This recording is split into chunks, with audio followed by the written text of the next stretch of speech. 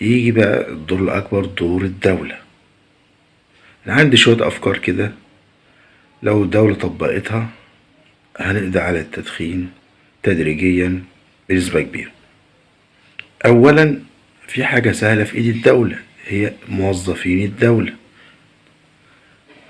أعتقد إن الدولة ممكن تطلع قرار بمنع تعيين أي موظف في الدولة، سواء كان موظف مدني أو موظف في الشرطة أو الجيش، بيكون بيدخن.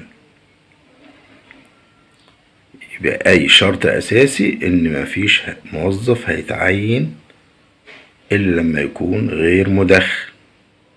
طيب، في مشكلة هتقابلنا، الموظفين الموجودين حاليا وبيدخنوا، برضو دي ليها حل.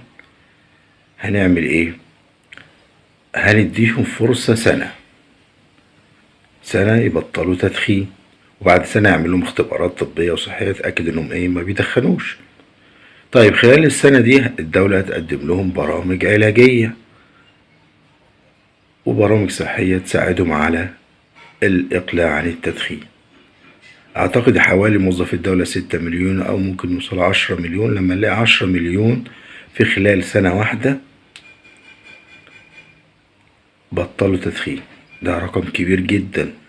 شوف هيعمل ايه في الايه في الدولة. يبقى احنا هنقول، يبقى ممكن برضو في موضوع تاني، موضوع رخص السيارات.